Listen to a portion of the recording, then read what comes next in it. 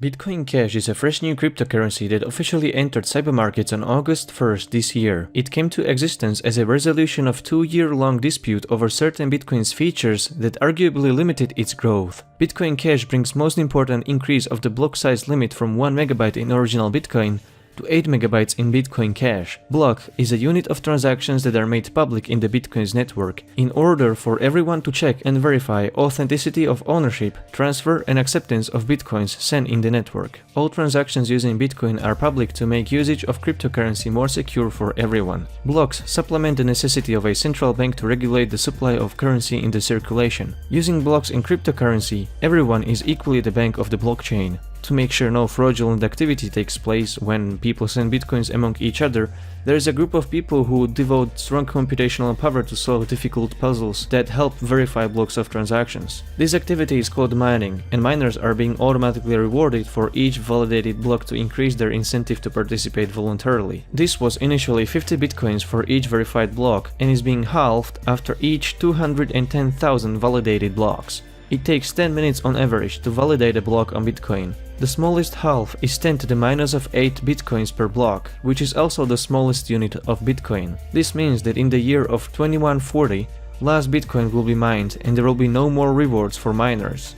Fortunately, Bitcoin provides an option to set aside a portion of each Bitcoin transaction as a fee that goes to the wallets of the miners. The size of the block is thus crucially important to maintaining trust in Bitcoin, as the validation process is based on the amount of computing power one can bring to the network, and not the number of validations. This system allowed virtually no fees and fast transaction speeds, fractions of conventional banking. However, with the increase of transactions, fees were introduced to allow to speed up the mining process and eliminate slowdown or even rejection of transactions. Both currencies have arguably equal amount of coins in circulation, while the value of Bitcoin Cash is a fraction smaller than 20% of Bitcoin. Bitcoin Cash copies Bitcoin in cryptocurrency aspects, but operates on different rules that are focused on faster growth rather than maintaining decentralization. The overall value of Bitcoin Cash after the release fluctuated around $7 billion and ranked as the third or fourth most valuable cryptocurrency in the world. At the point of the split, both Bitcoin and Bitcoin Cash blockchains were still part of the same body, which granted 1 Bitcoin Cash for every Bitcoin users owned in their wallets. After their first block was mined in Bitcoin Cash, that's when a new cryptocurrency was born officially, separate and independent of Bitcoin. While Bitcoin is marked as BTC on exchange, Bitcoin Cash is referred to as BCC, BCH, or XBC. Despite the use of the word split, launch of the Bitcoin Cash is nowhere near comparable with stock split. Bitcoin Cash is its own blockchain with unique software and value. The two cryptocurrencies only share Bitcoin's transaction history together. Everything following noon of August 1st, 2017 are two independent stories. All of this came to existence as original Bitcoin cryptocurrency was more and more urgently becoming to face problems of its own design. As Bitcoin's network grew in numbers, transactions piled up and the 1 megabyte limit didn't allow the network to expand fast enough without having considerable effects on the use of Bitcoin.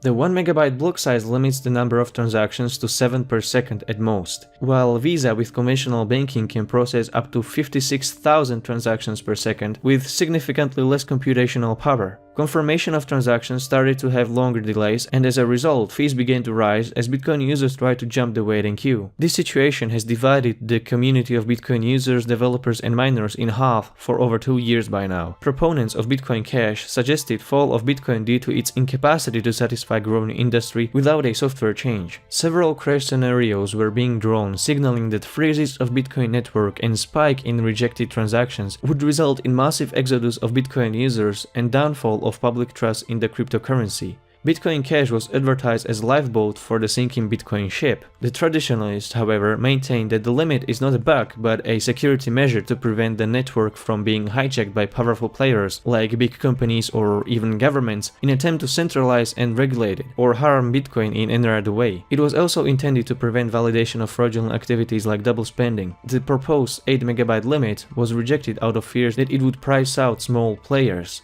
giving few mining pools more leverage to influence development of Bitcoin in their favor. Such high entry levels to mining could create strong single entities controlling too much of the Bitcoin's network, making it more susceptible to attacks in the process. The community couldn't find common ground as any proposal would have to gain support of sizable majority of actors involved in the development of Bitcoin. And that has never happened until the point of the Bitcoin Cash fork. When the proposal was finalized, Bitcoin Cash was trading as a future in late July for from $200 to $400. This range was maintained after the release and peaked at above $700 for a Bitcoin Cash. But as it turned out, not enough people were buying Bitcoins and too many of them were eager to get rid of it, with which simple economics leads to drop of prices. Bitcoin Cash was rejected by some big exchange forums, making it impossible for most owners of Bitcoin Cash to sell it for other cryptocurrency or even fiat money. Furthermore, mining blocks of Bitcoin Cash turned out to be painfully slow. That was due to high difficulty of entry levels to mining and also high opportunity cost for miners to devote their resources to mining a fresh new cryptocurrency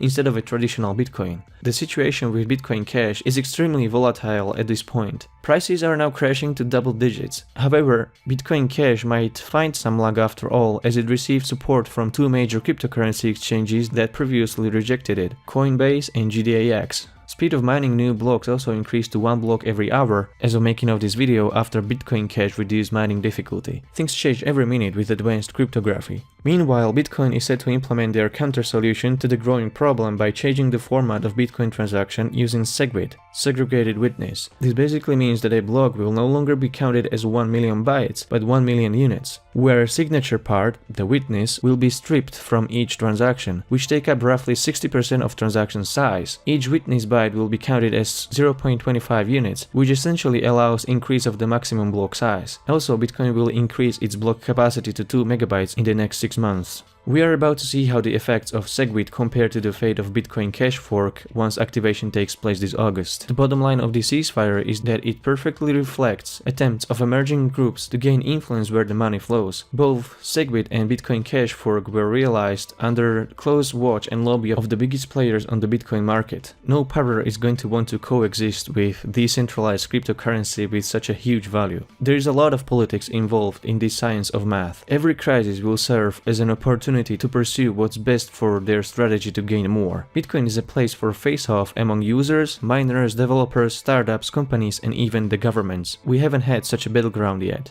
Thank you very much for watching. I hope my efforts helped you understand the current crypto quagmire that's been going on. If you like my work, show your support by clicking the like button, leaving a comment and sharing the video. Also, subscribe for more analyses like this one in the future.